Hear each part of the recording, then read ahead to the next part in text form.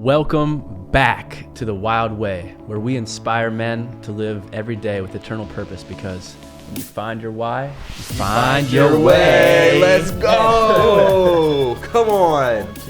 Yo, welcome back, Ton. How's it feel to be back on the podcast? Feels good. Thanks for having me. Come on, friend of the pod. Let's go. We got a nice little setup here, guys. How you feeling, Charles? Right in the middle? I'm feeling pretty bright. Feeling pretty bright. How y'all feeling?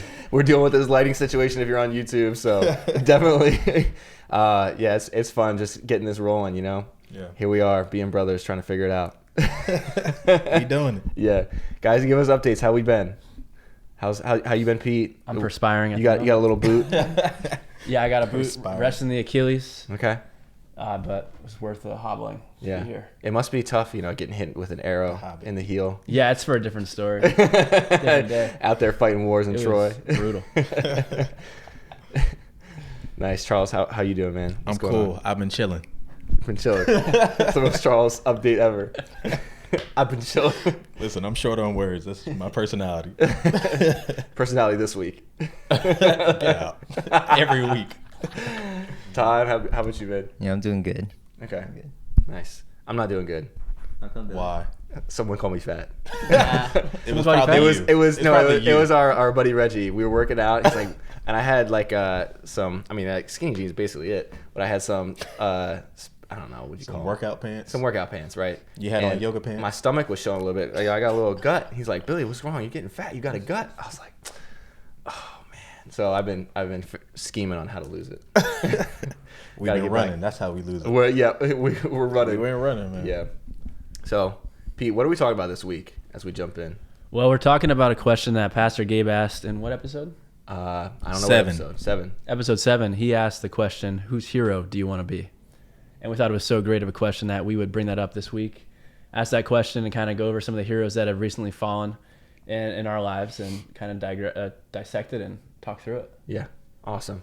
Yeah, so I think this is when we interviewed Pastor Gabe, we asked him just about some circumstances that are going on in the world, and that question just rung so true with us. Whose hero do you want to be? And I think we're kidding ourselves if we think that we're not living for the admiration of somebody, right? And there's definitely a rank order. We should be placing God first, but there are realistically second, third, fourth, fifth. And so if we're not thinking about that consciously and what that process looks like, then yeah, we're just going to be, we're not going to be living to the fullest. So something to draw out here is we got to bring some definition. We're aiming at, and what we're talking about are archetypes, not stereotypes. You know, we're not saying like you have to be this kind of like guy. Everybody is a little bit different in our propensity, but there are archetypal heroes that we should be aiming at. Like, this is what it means to be a man. There's a givenness to our manhood. So your guy, Donald Miller, with Story Brand, he's got a great book, Blue Lake Jazz, and he's done a lot of great work on stories. He identifies 4 characters in every story. Everything else is basically setting. So he has a villain, a victim, a hero, and a guide. Villain, victim, hero, guide. And so what differentiates the villain and the hero, I think victim is pretty obvious, right? The person it happens to. The villain and the hero, they have an event, a pain point, a traumatic experience, but the villain interprets it and has a different response than the hero does. So think Thanos and Iron Man, right? So Thanos, he loses a loved one, but he responds, I'm going to kill the universe, right? Or half the universe. But Iron Man, he has the same pain point. He has this traumatic memory of New York and all this stuff happening, and that drives him to greater sacrifice. He makes his life now about helping other people rather than about himself. And so we want to be aiming at the hero. That's not self-aggrandizement, right? Nobody wants to be the victim. And the guide is the hero who has passed his greatest strength, right? He is now helping other people become heroes themselves. And he's going to show you along the way. I think Luke Skywalker, right, in the newest trilogy. So within that perspective, again, these are archetypes. We think of, how does one become a hero? What stages are there of being a hero? And Charles, your guy, John Eldridge, do you remember the different stages of manhood off the top of your head? Yeah. He defines it as boyhood, the cowboy stage, the warrior stage, the king, the lover, and then the sage. There we go. Or is it Lover King Sage? Whatever. Yeah, he has it Lover King Sage. Yeah. But I think that's a great way. Like, what are the stages of becoming a person that's heroic, right? A person who confronts challenges, a person who is willing to sacrifice, a person who makes their life about something greater than themselves. And so I think for today, what we're going to focus in on is this warrior stage, because this is the stage where I think so many people rise and fall. They don't make that transition from cowboy, adventurer, party boy almost to I have something worth fighting for. And we see, and we're going to get into this, a lot of men regress. They may be at that lover, king, sage stage, but then they regress when they lose sight of what am I fighting for? And that what was so powerful about that question that Pastor Gabe asked is, whose hero do you want to be? Right? So if we're dialing in on the warrior hero. So some of the question, one question to start us off with, why do some people choose just not to fight? Right? They say, this is not for me. I don't want to be a warrior. I'm just going to completely check out and live a kind of passive or self-fulfilling life. So why do some people choose not to fight? Yeah. The difficulty. If they see how difficult it and how much it actually requires of them to be in a battle, it's what, I'd rather just opt out. I'd rather just live nice and peacefully in luxury and bliss than be on a battlefield. Yeah. Can you think of any people from stories or from your experience that have really gone down that road? I get a lot of examples from John Eldridge because I listen and read about his books a lot. He the movie The Patriot. Yep. There's a part of the movie in the beginning, I forget the guy's name, but in the beginning where they're going off to war and he chooses to step back. He doesn't want to. He doesn't want to get involved. His reason is because he's been through it before. He's been through a war. He's this big hero. But at this point in time, he doesn't want to get involved in this battle. So throughout the story, he is forced to get involved because now the battle shows up literally at his doorstep, and then his child gets killed. Yeah. And now because he chose not to, be a part of the battle initially, he was forced into it out of pain. Yeah. So that's one example. Yeah, that's good. What else do you guys think? Any other reasons that we might not want to jump in and fight, or any other examples? Because Charles, I think what you said is awesome, right? And I think we've all come to those moments where just real talk, dang, man. Yeah, I don't feel like it. Yeah. Yeah. I just don't care. So, yeah. Been there. Yeah. Yeah. Wow. What you guys think? Any examples? Yeah. I think it was something actually Pastor Gabe said today in his message, something about, I don't know the direct quote, but your mind justifies what the heart wants or whatever. And so I think going off of Charles, a big part of that is it's so much easier sometimes to be complacent and comfortable because you first of all, you have to see that it's worth it on the other side, right? You got to have something that's worth it. Otherwise, this isn't even a question. If you do see that there might be something that's worth it, you have to ask yourself if you're willing to go through what it's going to take to get there. But our bodies they don't want to be hurt. They don't want to be banged up. They want to be comfortable. And so it's retraining and reframing your mind and getting past that initial stage. I think so hard, rip the Band-Aid off. Yeah. So how do we do that? How do we embrace that kind of warrior mindset? I think you just have to, as I get older, 31, Yeah. 30 club. let's go, baby. You start to This walk. summertime, let's go. These guys, they don't even know. We're all old, basically. We're old heads now. Yeah, we're getting seasoned. I don't know. As you get older and you start to, you said something about someone being older today and they're 39. I'm like, that's really close. But, I start to walk my days out more. And I start to look at the individual habits, patterns that I'm doing on a daily basis. And I think, if I keep doing that at 39, am I going to be any different than now? And if I really say that I want this thing, but I'm doing the same thing I'm doing now, that's not going to give me that thing, do I really want it? And so I think there's a self-evaluation. I think you have to ask yourself maybe get to that point, that question, why am I here? What am I doing? What's my purpose? Big questions, right? And then also I think a big part of it is really surrounding yourself with people that are going to propel you to that place. It's easy to be, I've been in parts of my life around people that really aren't propelling me forward. And I just get into a circular pattern where it might not even be good, it might not be healthy, but it's just who I'm around. So just kind of wading through life a little bit and got to be really, really aware of who those influences are. Yeah. Man, so much good stuff. Tom, what do you think? You want to add to that? Well, besides, what these guys says, I think one of the bigger parts, another big part is just how big the cause or something just seems, and you just feel so powerless, and you're like, where do I start? You get a brain freeze, you get just your whole body freezes out of fear, out of the, that kind of intimidation. It's a very easy example. Take any of the causes in today's world, and you're like, I'm such a small part of this. What can I do? And then you just settle on nothing, So that's not necessarily out of, the previous experience of I don't want to be there anymore. It's more out of fear or just how small you think you are. Yeah, being overwhelmed. I love, this book John Eldredge has, Fathered by God. Just was cruising through that chapter on being a warrior this morning, and he said something that really jumped out at me, and it was surprising. He says, a warrior, part of becoming a warrior is you find a king. You find somebody to follow. You find somebody who's going to give you direction.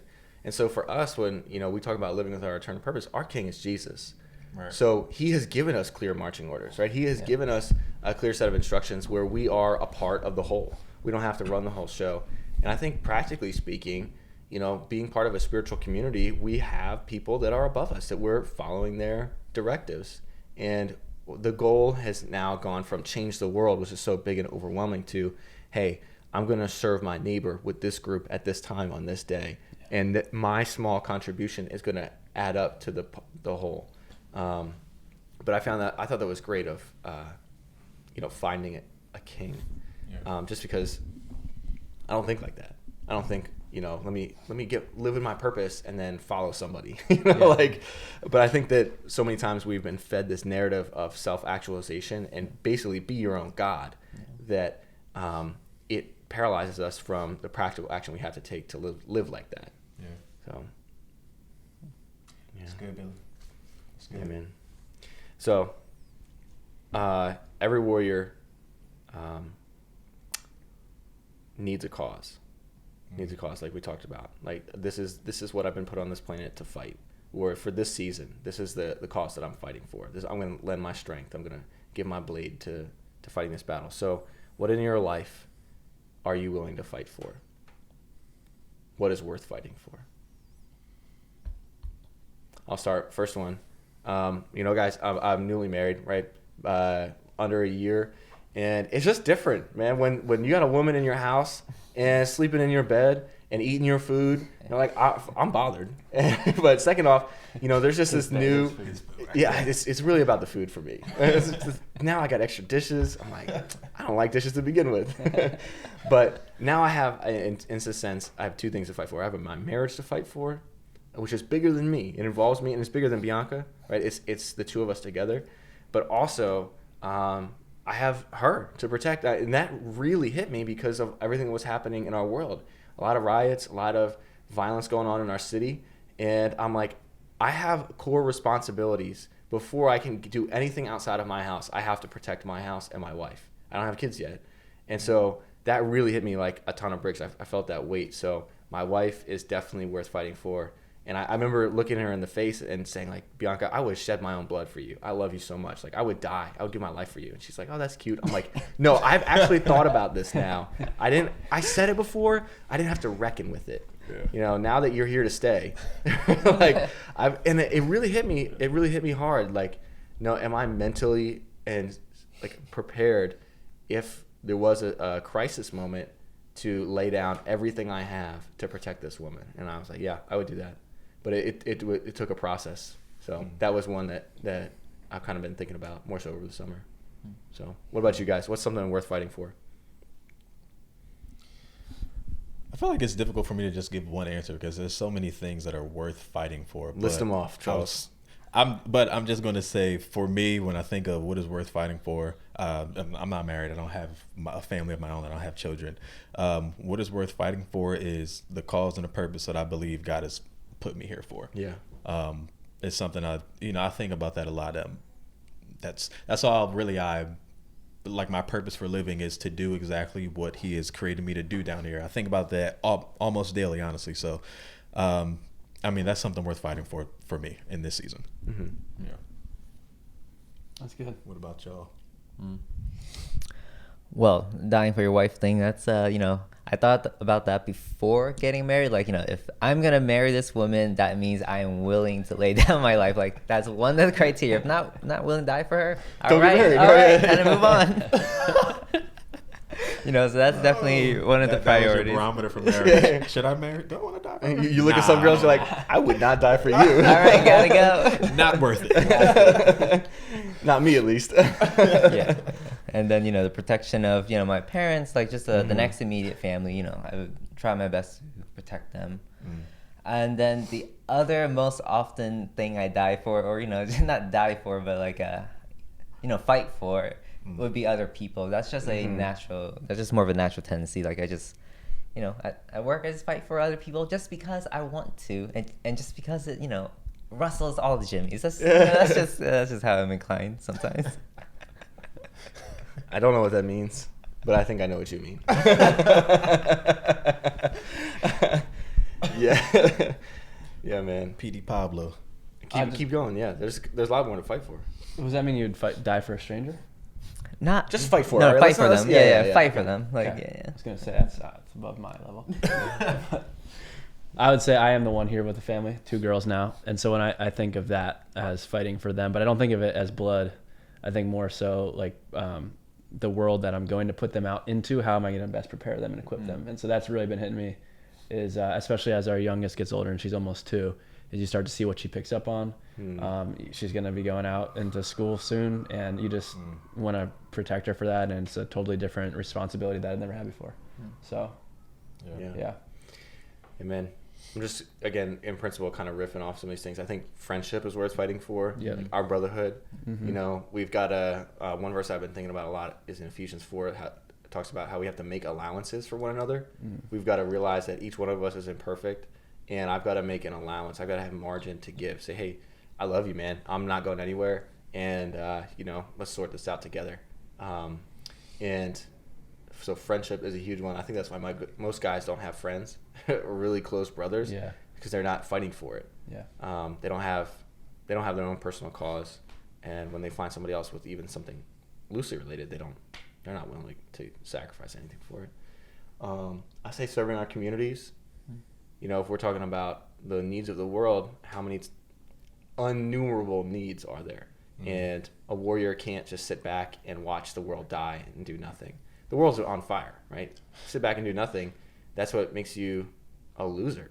You've chosen to become a victim, right? Eventually, the fight is going to come to your doorstep, and you've chosen to be unprepared, right? So, like the same thing I mentioned in the Patriot, right? Yeah. So he became a victim because he wasn't a warrior. Yeah.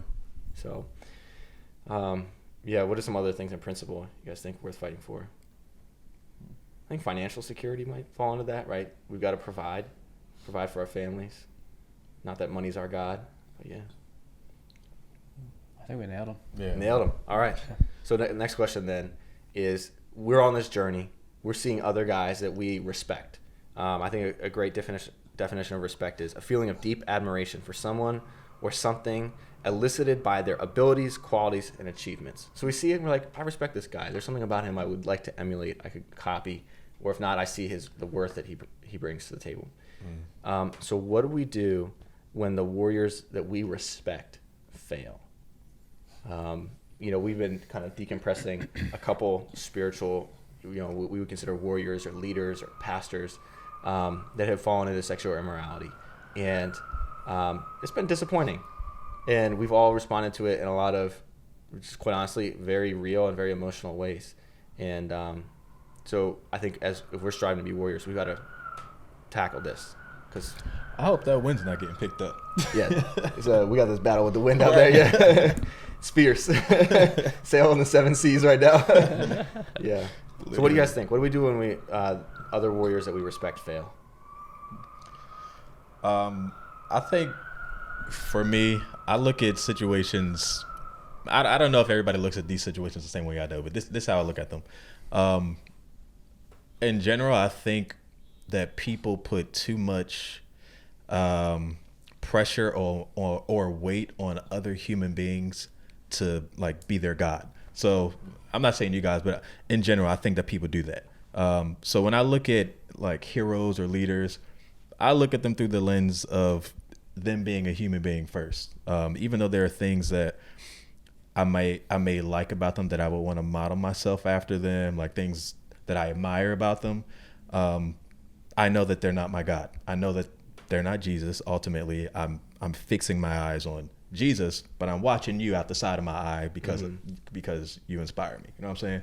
So when any of these guys fall, to be honest, I don't have the same level of, even though it's disappointing, I know that, I'm not trying to diminish that. I know it's disappointing, but I don't have the same level of despair that other people watching them have, because I'm not following you. I'm just watching you as an example, and I know that we're all human beings. Everybody on this planet makes mistakes. That's the purpose for grace, the purpose for Jesus, and the purpose for sanctification. Like, we're all in this process as Christians to work out everything that we have in us to get out. So I don't know. I look at these situations just as they are. You're a human being. I'm not surprised that you fell.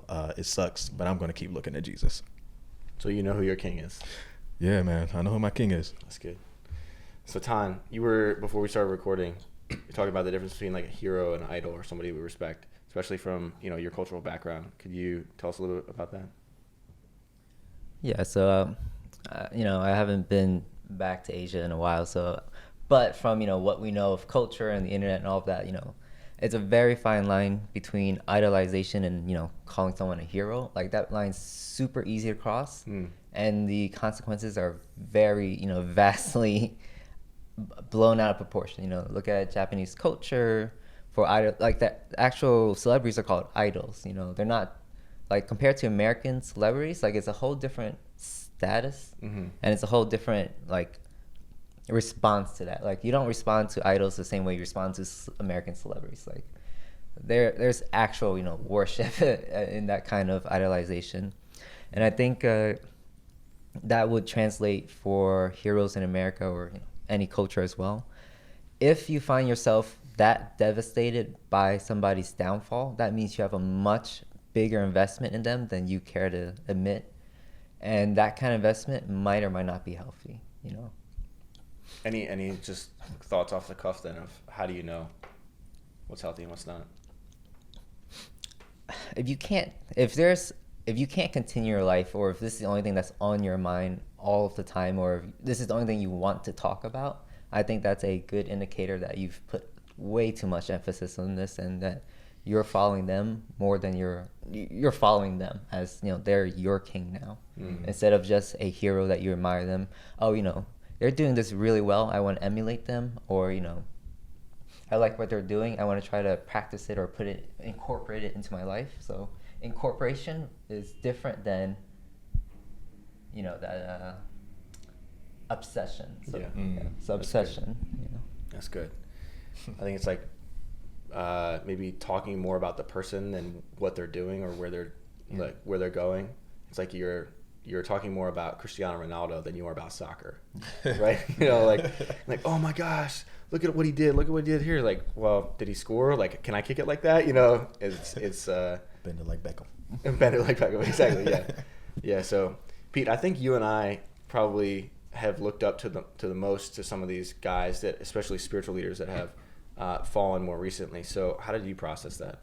Yeah, I mean, if we're just gonna come out and say it, Robbie, obviously, like a big fall there. And I think, you know, listening to you guys, I think what makes him different is that I took his courses. So even though I never met the man, I had this sort of, you know, a relationship over the screen, if you will. And so I think the first thing, that when you're in that kind of a relationship with a teacher, it feels a lot more personal than just like some guy like, you know, Mike Todd, who I might watch a few times, whatever. So for me, the first thing is like, well, I feel defrauded. I feel like I was cheated, you know, like, I mean, I just believe everything you say because it is biblical, and then everything you're doing behind the scenes is not. So like, wow. Like, so there's that aspect, but then there's the other aspect that you think of for Christianity as a whole.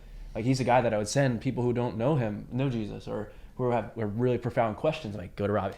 He will answer all of them. And it's like, oh, Robbie, the guy who did this, and this? Yeah, okay. And so it's like, dang, like, what kind of a fall was that for the greater community that really hits home? It's like, oh man, now the organization's getting ripped apart, and it's just devastating in that way to the name. I mean, to our name as Christians. Like this, you see it on various news channels don't share a lot about Christians in general. Then that happens, Yeah. like, so that to me is like that's the sinking feeling. It's not really about me looking at him like, oh, I love you, Ravi. There's a little bit of the, oh, I feel like I was, frauded, but the rest is like, oh, the name is taking a huge blow. So there's that. But then I just go back, and we've talked about it before, and it's like, all right, let's stop and do a check now.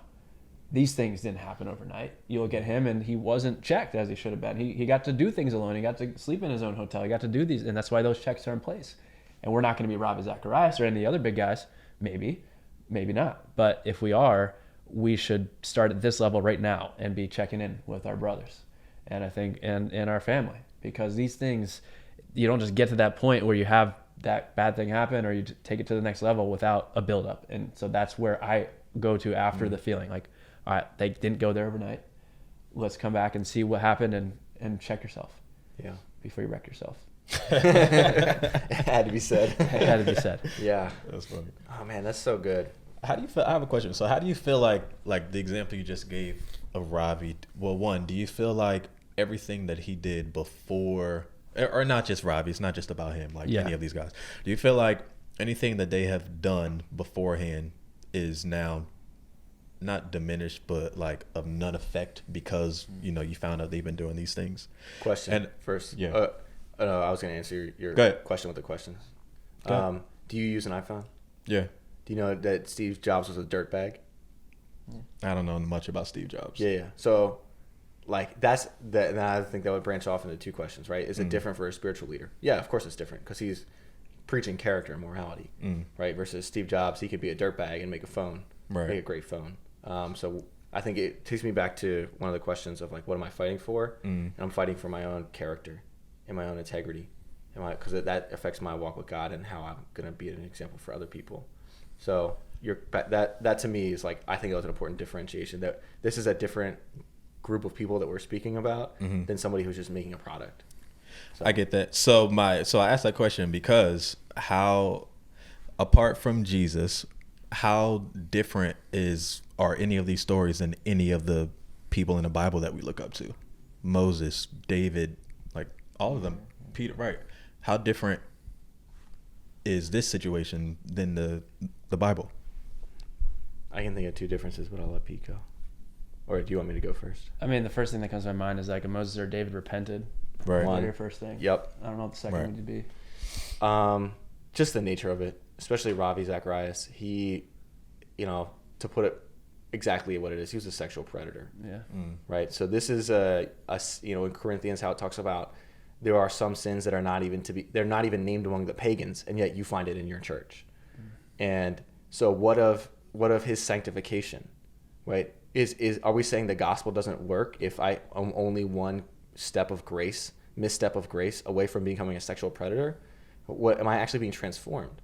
And so I understand. Okay, yeah. I mean, like, there are some things where you give into a moment of temptation. I have an incredible amount of empathy. Will I be disappointed? Yeah, I would be disappointed, because that's not what you're made for, right? I think there's a bit of grieving that goes with that, and that's okay. I think that's natural for all of us to experience when you find out that all that glitters isn't gold in the people that you look up to. But something like that is completely unacceptable. There's no category for me where I can say, yeah, but, right? Because that's so heinous, and it's such a repeated pattern. All right, man. If it's a one-off and you're repenting, you have to sort that out. You have to recognize the damage you've caused other people. They don't owe you anything. You made your decisions. Own it. But this pattern and then the lying about it, bro, that means what you are, in principle, is a villain in hero's clothing, right? In your personal character. Now, that doesn't take away from his logic. Logic is logic, right? His points are still true. Well, will I share his material? No, I can't do that because of what you mentioned, Pete. Yeah, we have to take his stuff out of our journals. Well, we're gonna. Yeah. So because logic is logic. It could have come from Aristotle or Ravi or Billy Graham, but because it's true. But it is challenging. What do you think, Pete? Any other thoughts on Ravi? Yeah. Oh man, I just think about the story you want to tell. I always think about the Andy Stanley message I heard years ago, and he talked about David, and David would always have to tell his children at the end of his life, you know, this was my story. I was this king, but I had this affair, and obviously he repented. So like that was just a part of it. But with Ravi, it's over, and this will cloud so much, and so it's just a good thing to keep in check that no one is. The devil has plans for everyone, and it's easy to walk around even as Christians and be like, yeah, it was my brothers, I had my small group, I'm good. I'm just going to make a little sidestep here for a second, and then it's a month, and then it's a year, and then 10 years later, and then it's not even a question why you would do something. So it just really makes me want to, and all of us, check our hearts and like Charles said, not grip too tightly on the people, which I think all of us in this room are good at, but yeah, just remembering that they're humans and they're being tempted. Yeah. So I just don't want to make. I feel so strongly about these things because I'm trying to be a great man. I think all of us have that in common. We're trying to be the best we can be. We're trying to be men after God's heart. We're trying to be warriors, and it's so hard. Realistically, you're going to take some L's. You're going to have a lot of scars. You're going to walk with a limp if you're going to try and be a hero. If you're going to try and be a warrior, yeah, you got your boot to prove it, right? Literally, right. And so we talked about that. This is real life, and we're processing this in real time behind microphones. So right. Maybe a couple of thoughts ahead of time, but man, I just am not going to lower my standard. That's the first thing. Right. Screw you, screw your sin, to hell with it. I'm not going to lower the standard, right? Like, I think that's the first thing to say is like, you know, in my disappointment, in my frustration, I get that out. I have those spaces, but I'm not like what's good is good and what's right is right. And I'm still going to strive to be that man every day. It's so easy to say, and I know this is not what you're saying, Charles, but like, oh, you know, it's all of us. It's like, well, no, it's not going to be me. There has to be that righteous indignation followed by real steps of accountability. Like, am I willing to confess not the 98% that I feel comfortable with, but the last 2% that's going to embarrass me, that's going to knock down my status with whoever I talk to it about. And so that's a huge one. Confessing sin. That's how I don't become this anti-hero, right? Or just fearing God. Like, we've forgotten that. You should be afraid of God. You should be afraid of the consequences. There's always a consequence. Staying home after and not fighting the battle has its consequences. Your kids could die, right? Forgetting that you're in a battle means that you're going to inadvertently hurt other people, right? You're going to lose your focus and you're going to drift into sin. That's what David did. When kings go off to war, he stayed home. Same deal. Man, we don't have brothers and accountability. Like, so much of our friendship is born out of this, like, common purpose of pursuing God. And then also, like, man, I need somebody to get in my face. I need somebody to not be impressed with me. Like, look me in the face and say, I don't care what you did yesterday. I don't care what title you have. I don't care who you speak to or how much money you have. What kind of man are you when the chips are down? And I just refuse to let that standard go, no matter how many people disappoint me. And I fail that, right? I fail that all the time. Not in heinous ways. Otherwise, I probably would not pretend to be behind a mic and trying to be an example. Right. But I don't know, man. I still grapple with that emotionally. Like, there's an indignation. There's a fight in my soul. It says, not me, man. I'd rather die. I'd rather die than be this guy. yeah. So.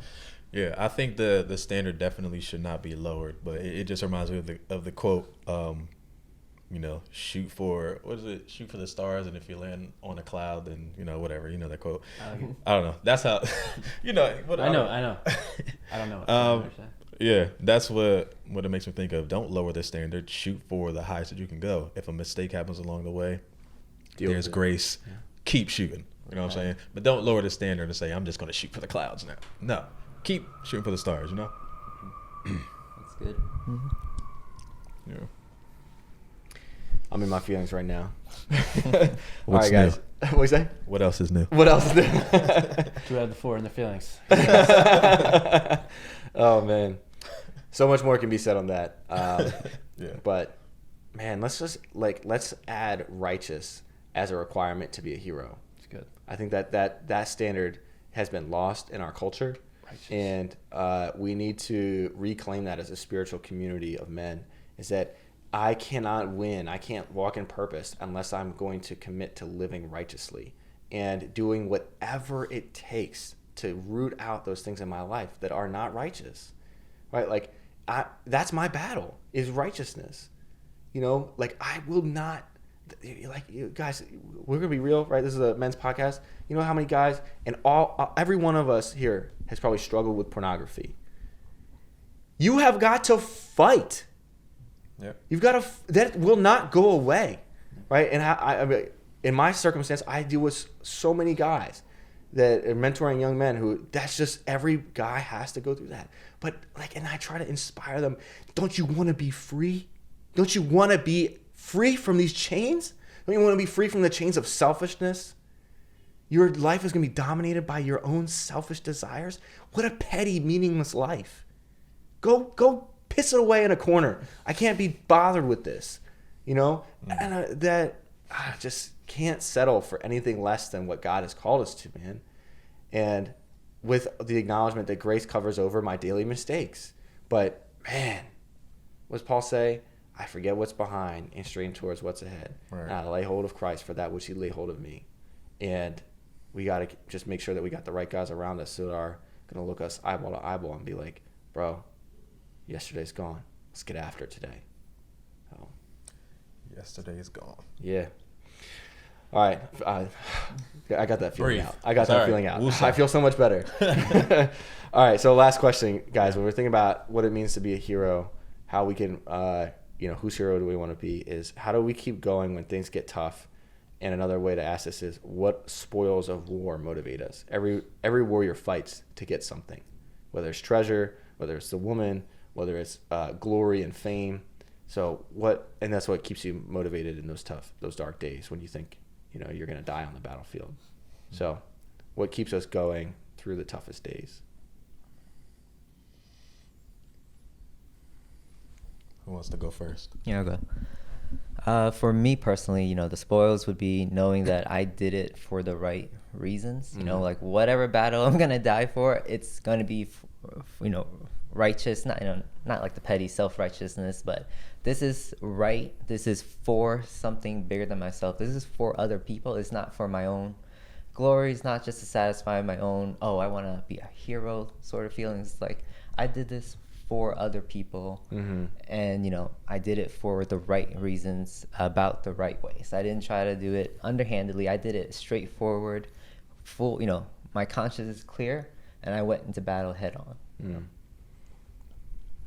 That's good. I say for me, the way my mindset is, I look for the spoils beyond this natural place, and I hate like people that are always trying to preach to you. So I'm not trying to preach to people for real. Like I'm not one of those people.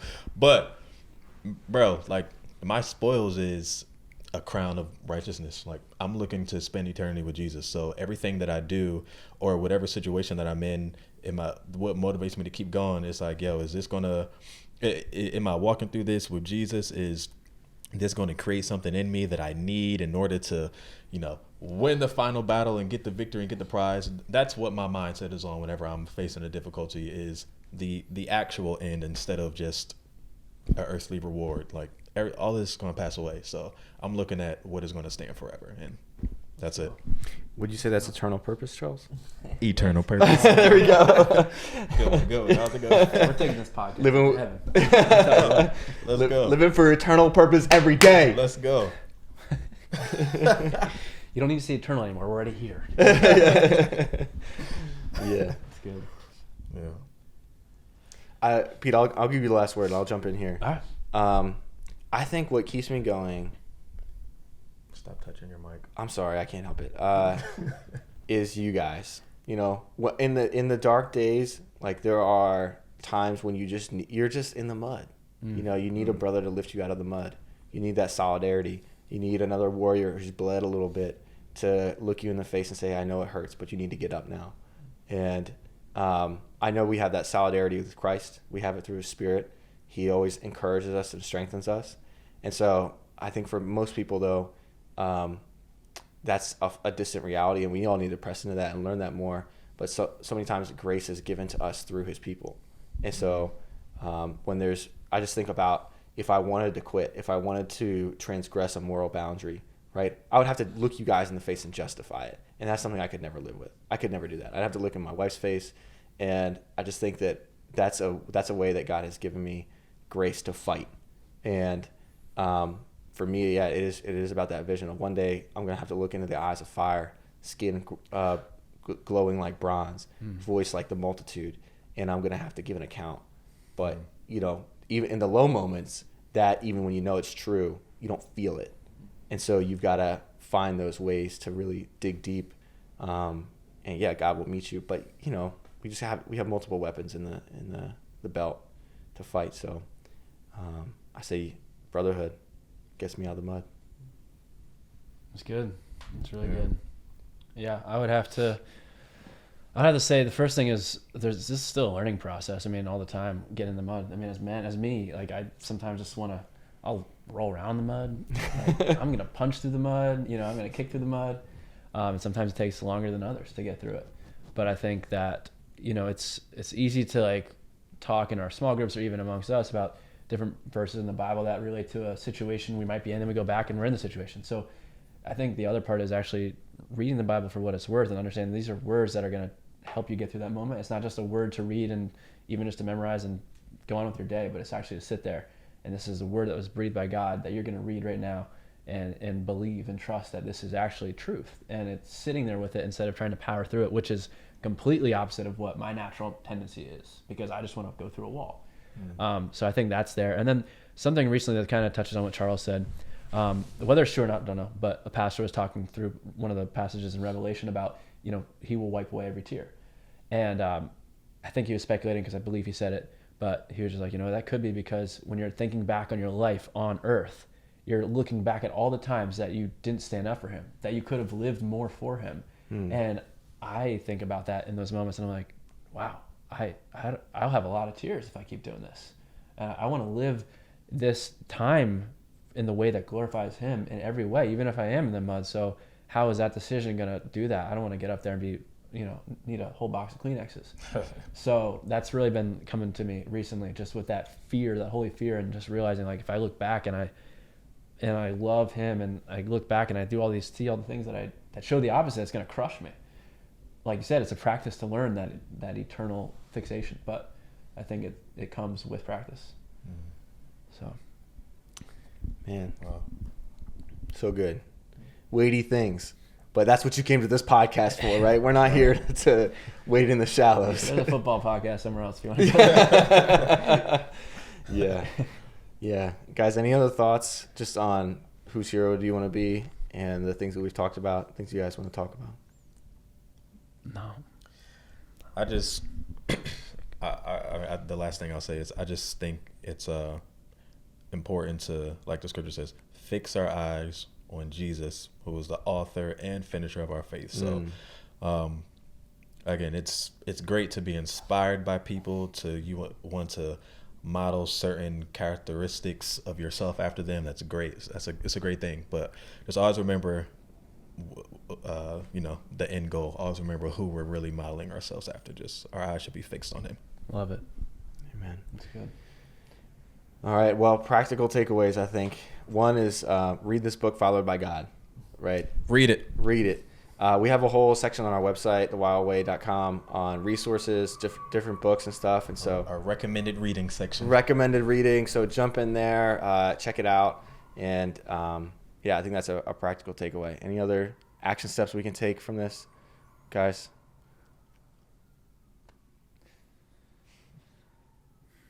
For me, something I've been reminded of is find my source of passion, right? Find that fire and take that fire and direct it towards God. I have to have the will to fight. And that will to fight comes from a deep passion that I know God has placed in my heart. And sometimes I don't steward my fire very well. I let the circumstances of life, my attitude, my own actions put that fire out. And then I just kind of be, it's just life. It's like, no, that's not just life. I'm here to fight. I'm here to make a difference. And so I have to steward that passion. Well, one thing for me would be, at some point you're going to have to make a choice. And, and that choice will be, you're going to have to own it. Whether that choice turns out well or turns out bad, you're going to have to own it, repent, or own it and continue on with it and learn from it. And, you got to move forward, like we've been saying.